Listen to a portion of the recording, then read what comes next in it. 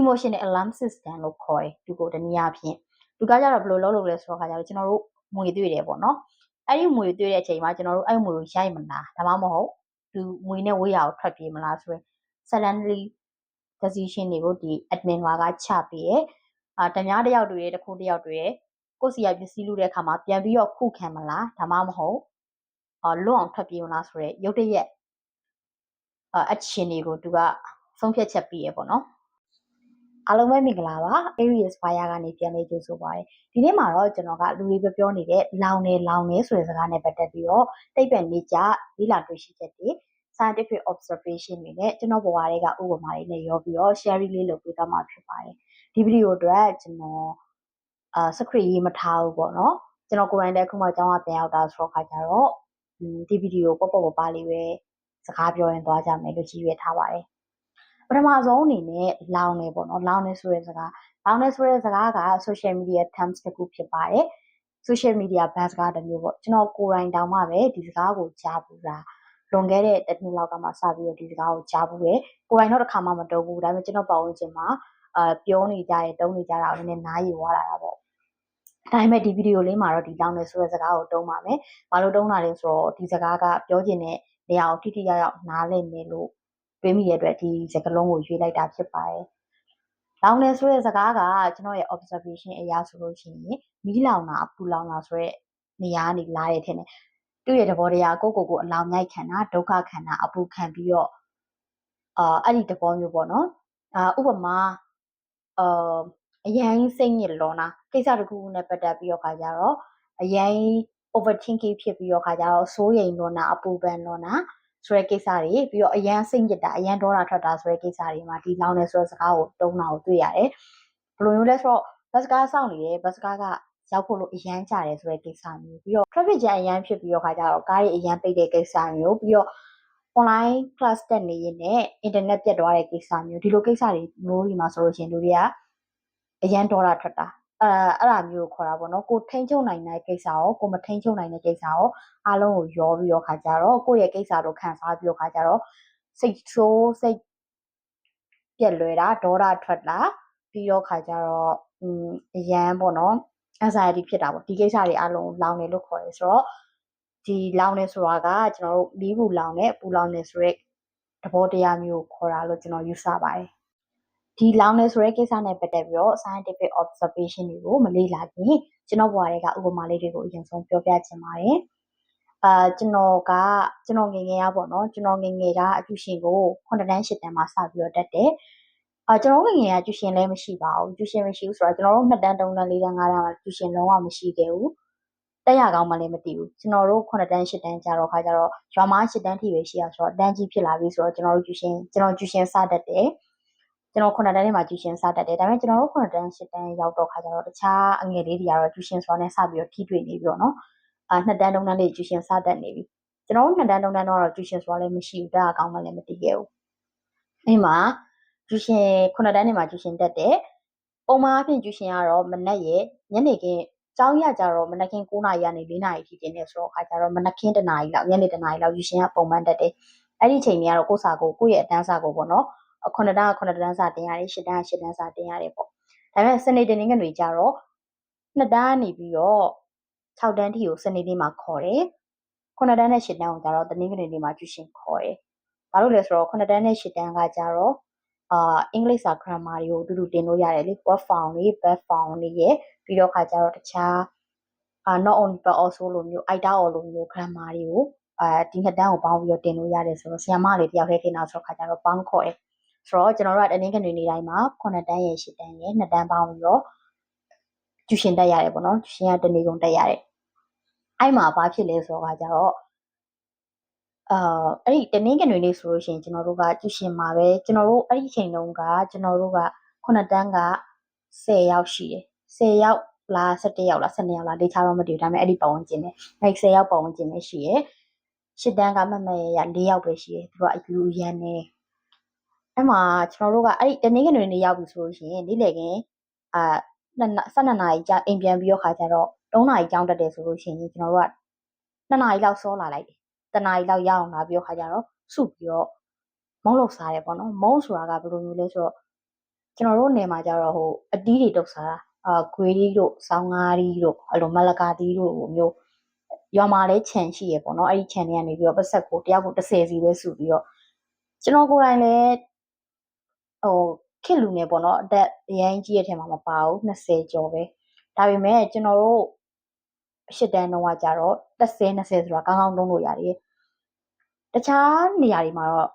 သူတို့ရှစ်တန်းမှာ30 20မတုံးတော့ဘူးလို့ပြောတယ်ဒီအခုနောက်ပိုင်းတွေ့တော့လေမေးကြည့်တော့ခါကြဒါပေမဲ့ကျွန်တော်တို့ရှစ်တန်းထီကတော့30 20ဆိုတာကောင်းကောင်းတုံးလို့ရတယ်နေဘက်မို့လို့လည်းပါမှာပေါ့နော်အောက်ရှာဘူးဒီဘက်ခေါ်ဆိုရခိုင်မုံဒီပေါ့အဲ့လိုဟာမျိုးတစ်ခွက်ကုန်မှ30ပဲရှိရပေါ့နော်ခောက်ဆွဲတုတ်ဒမော်ဒီတုတ်အဲ့လိုမျိုးတုတ်တွေ30အိုးစီရတယ်30အိုးဝယ်လို့ရတယ်ဆိုတဲ့အခြေအနေဆိုတော့ခါကြတော့အဲ့တော့တယောက်ကို30စီစုတယ်လိုအပ်လို့ရှိရင်တယောက်ကို20စီစုတယ်ပြီးတော့ဂွေးကြီးတွေဆောင်းကားကြီးတွေသွားဝယ်တယ်အဲ့တော့ကလည်းတရားဦးဆိုလို့ရှိရင်ဂွေးကြီး15လုံးအလုံး20ဆောင်းကားကြီးဆိုလည်းအဲ့လိုပဲ15လုံးအလုံး20ရတာဆိုတော့ခါကြတော့လောက်ငါဖြစ်တယ်ပေါ့နော်အဲ့ဒီမှာတော့ပြီးတော့ဝယ်တယ်ဝယ်ပြီးတော့တုတ်စားလေးရှိတယ်တုတ်စားလေးရှိတော့ခါကြတော့ကျွန်တော်တို့ခုနှစ်တန်းအုပ်စုကတက်ပေါ့နော်အဲ့ဒီမှာဘာဖြစ်လဲဆိုတော့ခါကြတော့အဲ့လိုမျိုးတုတ်စားတဲ့အခါတိုင်းကျွန်တော်နဲ့ကျွန်တော်တငယ်ချင်းတွေနဲ့အမြဲတမ်းပြဿနာဖြစ်ရတယ်။ဘာကြောင့်ဖြစ်ရတာလဲဆိုတော့ခါကြတော့အဲ့လိုမျိုးတုတ်စားရဲ့နေ့တွေဆိုလို့ရှိရင်ရှစ်တန်းတက်ကျွန်တော်တို့ထဲကိုမပါဘူး။ခုနှစ်တန်းကကျွန်တော်တို့အုပ်စုလေးပဲပေါ့နော်။ဝိုင်းပြီးတော့တုတ်စားတယ်။ဒါပေမဲ့ကျွန်တော်ကကြတော့တုတ်ပြီးသွားလို့ရှိရင်နည်းနည်းလေးပဲဖြစ်ဖြစ်ရှစ်တန်းအဖွဲ့ကိုကျွေးကျင်တယ်။တယောက်ကိုတစ်ဖက်စီပဲစားကွယ်သူတို့ကျွေးကျင်တယ်။အဲ့လိုကျွေးကျင်လို့ကျွန်တော်ကတူတော်ကောင်းလို့ပြောတာမဟုတ်ဘူး။ကျွန်တော်မှလည်း tag site ရှိတယ်ပေါ့နော်။ဒါပြည့်ပြောပြမယ်။အဲ့မှာဒါပေမဲ့ကျွန်တော်ငွေချင်းတွေကကြတော့လက်မခံဘူးသူတို့ကိုလည်းကျွေးရမှာလည်းမလောက်မငါဖြစ်တယ်ဆိုတော့သူတို့စားခြင်းသူတို့ကသူတို့ဝယ်စားလိမ့်မယ်အဲ့လိုပြောလို့သူတို့တငယ်ချင်းတွေမှားလားဆိုတော့လည်းမမှားဘူးဘာလို့လဲဆိုတော့ကျွန်တော်တို့ကတလို့ကိုကြီးအဲ့လိုမျိုးတခုကိုလှုပ်ရှားနေတဲ့အချိန်မှာသူတို့၄ယောက်ကလည်းသူတို့အုပ်စုနဲ့သူတို့ဒီကျွန်တော်တို့စားရတာမဟုတ်တဲ့တခြားမုန်းတစ်ခုကိုလှုပ်ရှားနေကြတယ်ဆိုတော့သူတို့ကမကြွေးကျင်ဘူးပေါ့နော်ကျွန်တော်ကလည်းအရင်ကြွေးကျင်တယ်ဆိုတာစိတ်စေတနာကောင်းလို့တော့မဟုတ်ဘူးကျွန်တော်ရဲ့အားနေချက်ကကြတော့တစ်ဖက်သားကိုအရင်အားနာတာဒီကိစ္စမှာအာမနာတင်မှုဆိုပေမဲ့ကျွန်တော်တို့စားနေတဲ့အချိန်မှာသူတို့ကိုမကြွေးဘဲနဲ့သူတို့ကိုဒီတိုင်းထားရတာကြီးကိုကျွန်တော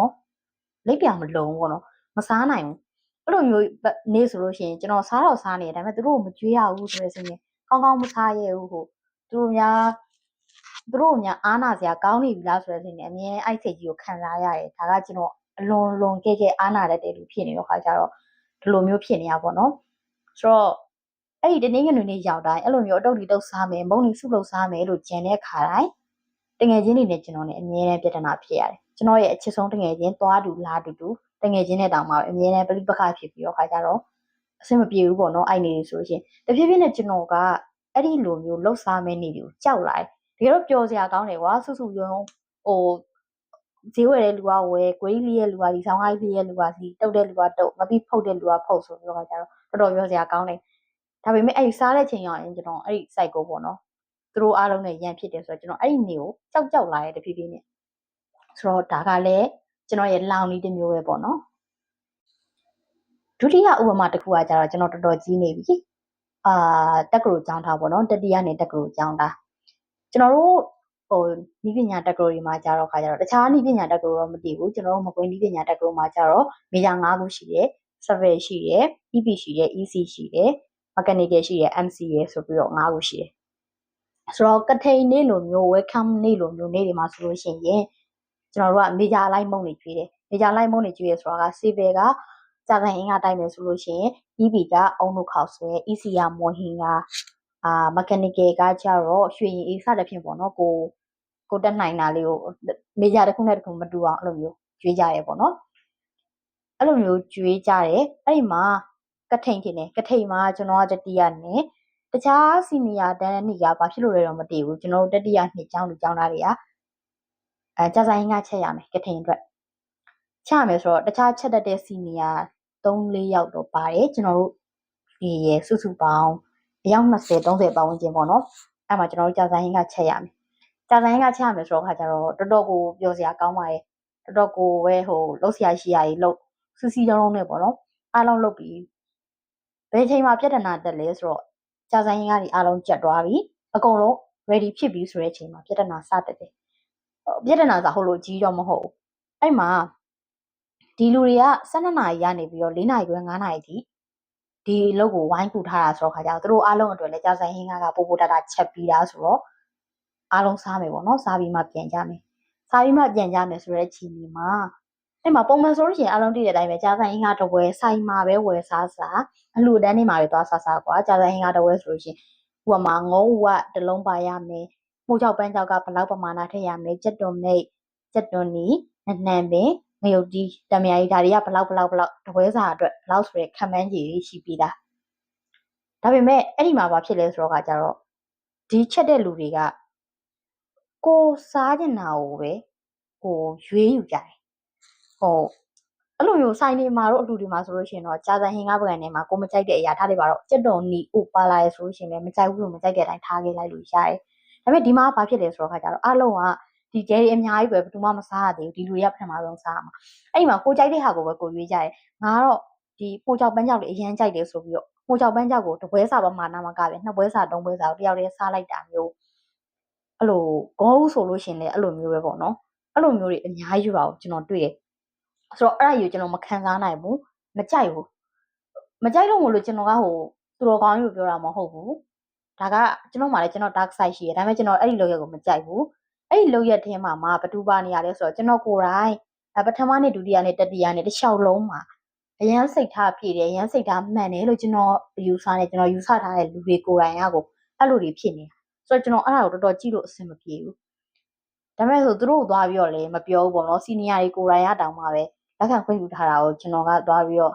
နင်တို့အဲ့လိုမလုပ်နဲ့လို့သွားပြောတော့လေဘယ်သူကလက်ခံချင်ပါလဲဆိုတော့မပြောပြဘူးဒါပေမဲ့စဉ်းစားကြည့်လိုက်လေဒီအယောက်400လောက်ကျွေးမဲ့ဟာတွေကကွာဒီယောက်30တဲ့နဲ့ဒီကိုကြိုက်တာကိုပဲရွေးစားနေကြတဲ့အခြေအနေမှာကြံခဲ့တဲ့ဟာတွေကစားကျွေးနေတော့မဟုတ်ပါဘူးဒါပေမဲ့လုံလောက်တော့မဖြစ်တော့ဘူးပေါ့နော်ကြည့်လို့မလှတော့ဘူးနောက်နေ့ပွဲကြံကြည့်လို့မလှမှာကျွန်တော်အရန်ဆိုးရိမ်နေဆိုတော့အဲ့ဒီမှာတော်တော်ကိုစိတ်အဆင်မပြေဘူးပြီးတော့ခါကျတော့ကျွန်တော်ကအဆောင်မှာဆိုလို့ရှိရင်စီဗယ်ကကျွန်တော်တယောက်တည်းပဲရှိတာတခြားကျွန်တော်အဆောင်ကအမားတွေက EP တွေ EC တွေတခြားမေဂျာတွေကပေါ့နော်သူတို့ကအဲ့လိုမျိုးပွဲတစ်ခုခုရှိပြီဆိုလို့ရှိရင်နင်တို့မေဂျာဘာကျွေးမှလဲလို့မေးတဲ့အခါမှာကိုမေဂျာတစ်ခုခုပြောလိုက်တယ်ထိုက်ပါကြာစရင်ကမွေးငါလို့ပြောလိုက်လို့ရှိရင်သူကစီဗယ်ဆိုရင်အရန်ပြောချင်ကြတယ်နင်တို့စီဗယ်တော့မစားချင်ပါဘူးအမြဲတမ်းသူတို့စီဗယ်ချင်းချင်းပဲကောင်းတာကျွေးငါတို့ဆိုမကောင်းတာပဲစားရတယ်အမြဲတမ်းအကျွင်းကြံပဲစားရတယ်ဆိုတော့ဘာမှလည်းမကောင်းဘူးအဲ့လိုမျိုးပဲစားရတယ်အဲ့လိုမျိုးအမြဲတမ်းပြောခံရတယ်ပဲအဲ့ဒါကြီးကိုမကြိုက်ဘူးကိုမေဂျာထိမခံနိုင်တဲ့အတ္တပေါ့နော်အဲ့ဒါကြီးကိုလုံးဝမကြိုက်ဘူးအခုချိန်တွေကလည်းအဲ့လိုဖြစ်တော့မှာနောက်နေ့ကျရင်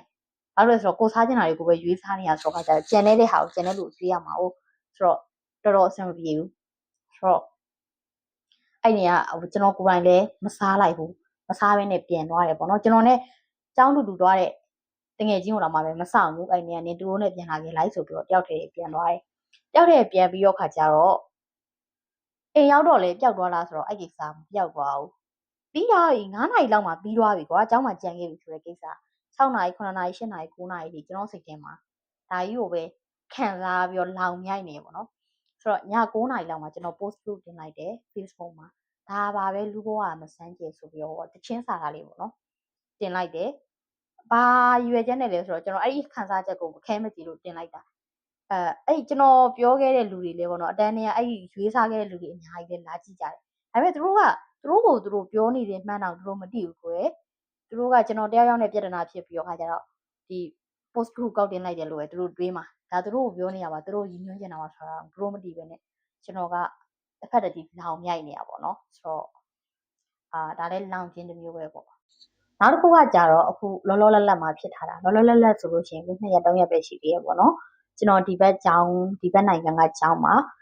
volunteer ဝင်လုပ်တယ်ပေါ့နော်ကျွန်တော်ကျောင်းလေးနဲ့နားလို့မဟုတ်လို့ volunteer ဝင်လုပ်တော့ခါကြတော့အဲ့ဒီမှာကျွန်တော်ကသူတို့ရဲ့ပွဲတော်ပေါ့နော်ပွဲတော်သူတို့ festival တခုအဲ့ဒီ festival မှာ volunteer ဝင်လုပ်တယ်ကျွန်တော်တို့ဝင်လုပ်တဲ့အဖွဲ့ကကြတော့ event and decoration မှာ creation လုပ်မယ်ပုံတွေဆွဲမယ်ပေါ့နော်ပွဲစီစဉ်မယ်ပေါ့ဒါရင်မဲ့အကြောင်းမျိုးမျိုးကြောင့်ပေါ့နော် performance ကိုဝင်လုပ်ရတယ်သူတို့ကသူတို့ရဲ့ရိုးရာသချင်းလေးနဲ့ကတာပေါ့နော်အဲ့ဒါကိုဝင်လုပ်ရတယ်ဆိုတဲ့အခြေအနေမှာမလုပ်ချင်ကြဘူးပေါ့နော်ကျွန်တော်လည်းမလုပ်ချင်ဘူးပြီးတော့ကျွန်တော်ပါဝင်တခြားမြန်မာကျောင်းသားပေါ့နော်ကျွန်တော်ကမြန်မာကျောင်းသားတော့ဒီရောက်တော့ခါကျတော့ international student တွေဖြစ်ကုန်တာပေါ့သူတို့လည်းမလုပ်ချင်ကြဘူး မလုပ်ချင်တာကိုမလုပ်ချင်ကြောင်းကိုတာဝန်ရှိတဲ့လူကိုသွားမပြောဘဲနဲ့ကိုချင်းချင်းကြားမှာအရန်ကိုပဲပေါ့နော်ညင်းညူပြီးတော့ပြောတယ်တော့မလုပ်ချင်ပါဘူးဆိုမှဘာလို့လုပ်ခိုင်းနေညာလို့လုပ်ခိုင်းတာဟုတ်အဲ့ဒါဆိုရင်သွားပြီးတော့လေရှင်းရှင်းလိုက်ဆိုလည်းမဟုတ်ဘူးကိုချင်းချင်းမှာပဲဒီတိုင်းပဲအဖြေမရတဲ့ပြဿနာကြီးကိုကွာညင်းညူနေဆိုတော့မငြီးကြပါနဲ့ဟဲ့လို့ကျွန်တော်ကပြောလိုက်တော့သူတို့ကဒါညည်းရမဟုတ်ဘူးဒါ complaint တက်တာဘာဖြစ်လဲညာ complaint တက်လဲတာဝန်ရှိရလို့သွားတက်လို့ရတယ်ကျွန်တော်ကတော့အတွေ့ရတော့အဲ့လိုပေါ့နော်အဲ့ဆိုရင်တမျိုးတစ်မျိုးပြောင်းသွားမှာပေါ့တာဝန်ရှိရလို့ကျွန်တော်တို့ဒီလိုတော့အဆင်မပြေဘူးတခြားတစ်ခုလေးလုပ်ပြီးပါဆိုတာမျိုးပြောလို့ရမယ်ဒါပေမဲ့သူတို့ကလည်းအဲ့လိုမပြောဘူးဒီအဖြေမထွက်တဲ့ဒီကိုယ့်ပတ်ဝန်းကျင်မှာပဲဝိုင်းပြီးတော့အကြီးလိုပဲကွာညင်းညူနေရဆိုတော့โอเคအဲ့ဒါပေမဲ့အဲ့ဒီရွယ်ရောက်တော့ခါကျတော့ကျွန်တော်လည်းငါသူတို့ပြောတာလည်းမကြားချင်ဘူးသူတို့ညီးရိုက်တယ်ငါမကြားနိုင်ဘူးဆိုတော့โอเคရတယ်ငါဒီနားမှာမနေဘူးငါတခြားမှာသွားနေငါမကြားတော့ဘူးဆိုတဲ့အတွေးနဲ့ပဲသူတို့အဲ့အုပ်စုတွေကနေထွက်လာပြီးတော့ဘေးမှာစောက်သွားဖတ်နေလိုက်တယ်ဆိုတော့သူတို့ဘာကြီးဆက်ပြောနေတယ်လဲကျွန်တော်မကြားတော့ဘူးပေါ့နော်ဒါကအခုလောက်တက်လာတဲ့အရာပေါ့တကယ်တော့ဒါလေဟိုလောင်ဖို့မလိုဘဲနဲ့လောင်နေတာပေါ့ကွယ်တနည်းအားဖြင့်တော့ဒီလောင်နေဆိုတာနဲ့ပတ်သက်ပြီးတော့အုံနောက်ရဲ့အလုပ်လုပ်ပုံလေးကြောင်းကိုလည်းလေ့လာကြည့်ကြမယ်ပေါ့နော်ကျွန်တော်ရဲ့အုံနောက်ထဲမှာ admin ဒလားဆိုရဲနျူကလ িয়ার စုဝေးလေးတစ်ခုပေါ့နော်ရှိတယ်ဒီကကြတော့ဘယ်လိုခေါ်မလဲ emotional alarm system လို့ခေါ်တယ်ဒီကိုတနည်းအားဖြင့်ဒီကကြတော့ဘယ်လိုလုပ်လဲဆိုတော့ခါကျတော့ကျွန်တော်တို့မွေတွေ့တယ်ပေါ့နော်အဲ့ဒီမွေတွေ့တဲ့အချိန်မှာကျွန်တော်တို့အဲ့မွေကိုရိုက်မလားဒါမှမဟုတ်သူမွေနဲ့ဝေးရအောင်ထွက်ပြေးမလားဆိုရင် suddenly decision တွေကိုဒီ admin ကချပေးရဲ့တများတစ်ယောက်တွေတစ်ခုတစ်ယောက်တွေကိုစီရပစ္စည်းလူတဲ့အခါမှာပြန်ပြီးတော့ခုခံမလားဒါမှမဟုတ်လွတ်အောင်ထွက်ပြေးမလားဆိုရဲရုတ်တရက်အချင်းတွေကိုသူကဆုံးဖြတ်ချက်ပေးရပေါ့နော်ပြီးတော့နောက်ထပ်သူ့ရဲ့လုံဆောင်ချက်တွေကနည်းနည်းတော့များတယ်ပြီးတော့သူက emotionally ပေါ်မူတည်ပြီးတော့memory ဖန်တီးရဥပမာ university ကိုပထမဆုံးစတက်တဲ့နေ့အလုပ်စဝင်တဲ့နေ့တွေမှာဆိုလို့ရှိရင်အဲ့ဒီနေ့တွေမှာဘာတွေလုပ်ခဲ့တယ်ဘာတွေဖြစ်ခဲ့တယ်ဆိုတာကိုရှင်းရှင်းလင်းလင်းမှတ်မိနေတာမျိုးတခြားနေ့တွေမှာလည်းဆင်းနေရတာပဲဒါပေပုံမှန်ပဲဒါပေမဲ့အဲ့ဒီနေ့မှာဘာကြောင့်အကုန်လုံးမှတ်မိနေရလဲဆိုတော့အဲ့ဒီနေ့မှာအရန်ပျော်တာအရန်စိတ်လှုပ်ရှားတာအရန်ဝမ်းနေတာအဲ့လိုမျိုး emotionally strong ဖြစ်လို့ဝင်လို့သူကအဲ့ဒါကိုမှတ်မိတယ်အဲ့ဒါကကြတော့ဒီ admin ဒလားနေပြီးတော့အဲ့ဒါကိုမှတ်ထားပြီးတော့သူက memory အဖြစ်လုပ်လိုက်တာတိဆောက်လိုက်တာပေါ့နော်ပြီးတော့အတိတ်ကဖြစ်ရတွေကိုအခြေခံပြီးတော့လေသူကဆုံးဖြတ်ချက်တွေချတယ်ဥပမာဒီလမ်းကိုငါမသွားတော့ဘူးဒီလမ်းနဲ့ခွေးကြိုက်တယ်အခုခွေးကြိုက်တာမဟုတ်ဘူးဒါပေမဲ့အရင်တစ်ခါသွားဘူးလေခွေးရှိရပေါ့နော်ခွေးကြိုက်လွတ်တယ်ဆိုတော့သူနောက်တစ်ခါမသွားတော့ဒီဆုံးဖြတ်ချက်ကို admin လာချတယ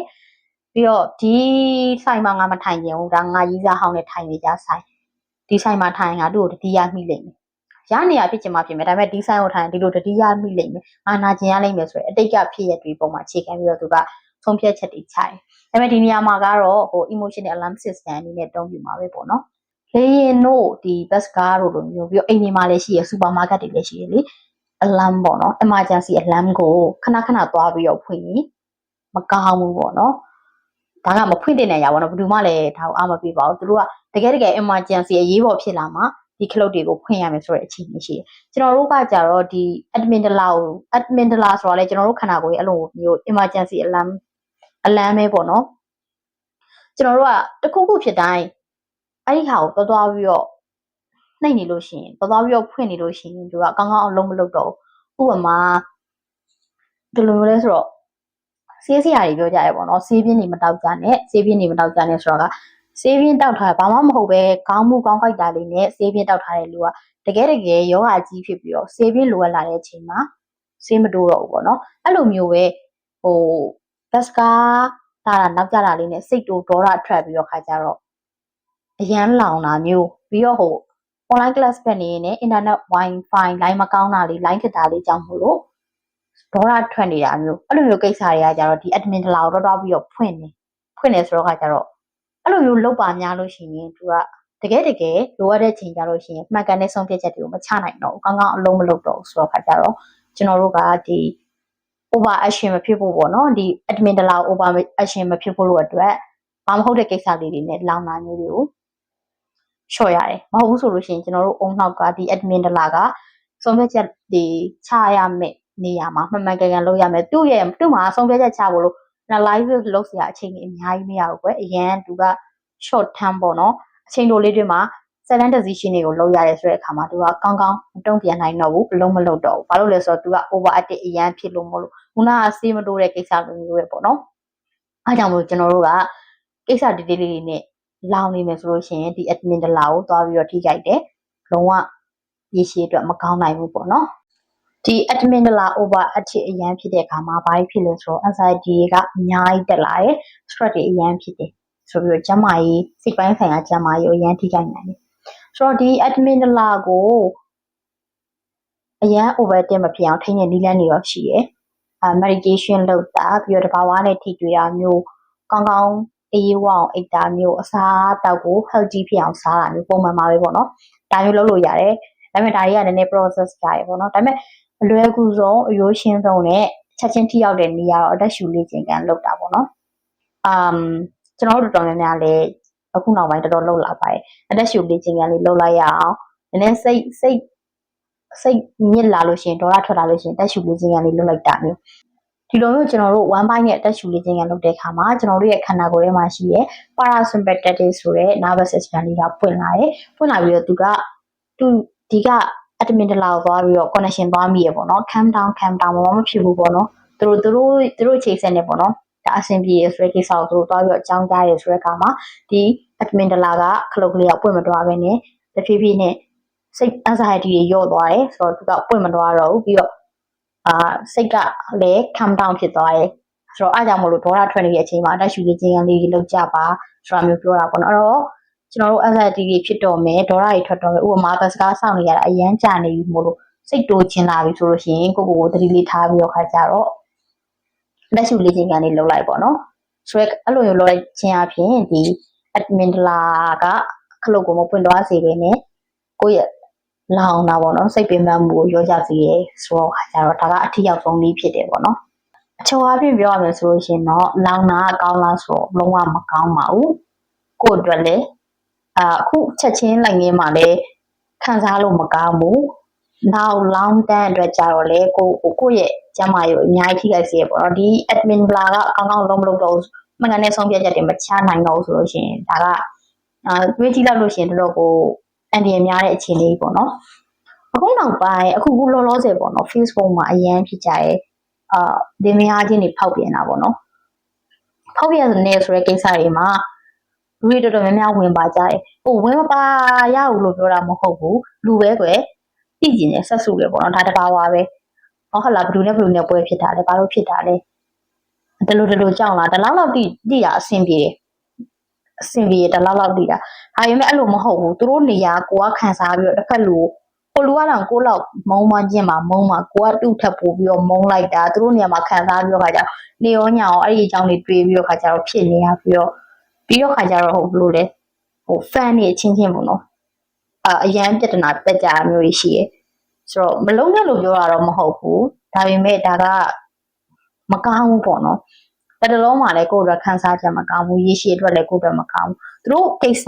ကသူတို့ဘဝသူတို့ဖြစ်နေတဲ့ကိစ္စတွေကသူတို့ဘဝတွေကကိစ္စတွေကွယ်ကိုကတွားပြီးတော့မခံမရနိုင်လို့သူ့ဘက်ကနေဘယ်လိုပဲပြောအချိန်တန်လို့ရှိရင်သူတို့ကိစ္စကပြေလည်သွားမှာပဲသိရမလားကိုတငယ်ချင်း3ယောက်တငယ်ချင်းကကွယ်ငါကြီးစားနဲ့ပြတ်တော့မယ်ငါကြီးစားဘလို့မကောင်းဘူးဘာဖြစ်တယ်ညာဖြစ်တယ်ဆိုတော့လာပြောတဲ့အချိန်မှာနင်းပြတ်လိုက်ဘာဖြစ်တယ်ညာဖြစ်တယ်ခင်မမို့ကြီးလုပ်လိုက်တယ်ပေါ့နော်ပြီးတော့ခါကျတော့သူတို့နှစ်ယောက်ကပြန်တဲ့တော့ကွာခင်မမို့ကြီးဖြစ်ပြီးတော့ကြံခဲ့ရဲဆိုတဲ့အခြေအနေမျိုးတွေအများကြီးကြုံရတယ်ပေါ့နော်ဒီလိုပဲဒီသူတို့လည်းများချင်း꿰တဲ့ကိစ္စတွေမှာလည်းကိုတိတဲ့လောက်ကိုတိကျင်တဲ့လောက်တိပြရရင်တော်ပြီကျွန်တော်တို့ကိစ္စတွေနော်ကိုထိန်ချုပ်လို့မရဘူးသူတို့ဘာဖြစ်မလဲသူတို့ရဲ့ကိစ္စကိုလည်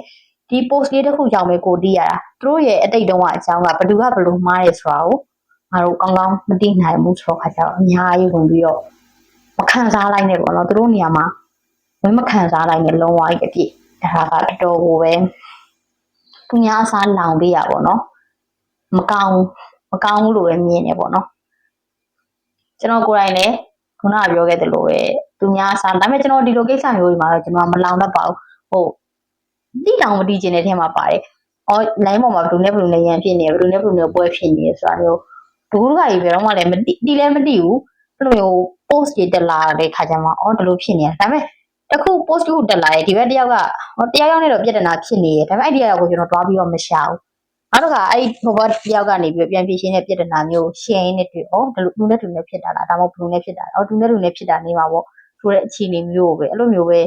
ကြည့်လိုက်တယ်ဘာကနေစပြီးပွဲဖြစ်တာလဲဘယ်လိုကြောင့်ဖြစ်တာလဲဘယ်သူနိုင်လဲဘယ်သူရှုံးလဲဆိုတာလဲကျွန်တော်မသိချင်ဘူးဒါပေမဲ့ကျွန်တော်ကကြတော့ဒီမျက်စိရှေ့မှာကျွန်တော်ကိုယ်တိုင်နဲ့ဓာတ်ရိုက်ထိတွေ့ပြီးတော့မြင်နေကြတဲ့ကိစ္စလို့ဆိုလို့ရှင်တော့ကျွန်တော်မနေနိုင်ဘူးဆိုတော့တူတော့ကောင်းတော့မဟုတ်ဘူးကျွန်တော်ကိုယ်တိုင်လေ dark side တွေရှိတယ်ဒါပေမဲ့ကျွန်တော်ကပြောခဲ့တဲ့ဥပမာအတိုင်းဆိုလို့ရှင်ကျွန်တော်ကကြအဲ့လိုမျိုးလောင်တဲ့လူမျိုးပေါ့နော်ဒီလိုမျိုးလောင်တာလည်းမကောင်းပါဘူးဘလို့ဖြစ်လောင်တာတော့မကောင်းဆိုတာသိကြတယ်ကျွန်တော်လည်းကိုယ်တိုင်ခံစားလို့မကောင်းမှန်းသိရပေါ့နော်ဆိုတော့လောင်တော့လောင်ကြပါနီလန်းမှန်မှန်နဲ့လောင်တတ်ကြပါစေလို့ပြောရင်လည်းဒီဗီဒီယိုလေးကိုအဆုံးသတ်လိုက်ပါတယ်အဆုံးထိနားထောင်ပေးတဲ့အတွက်ကျေးဇူးတင်ပါတယ်ဒီဗီဒီယိုလေးကနေတခုရရှိသွားလိမ့်မယ်လို့မျှော်လင့်ပါတယ်နောက်တစ်ပတ်ဒီမှာပြန်ပြီးတော့ဆုံးဖြတ်ပါမယ်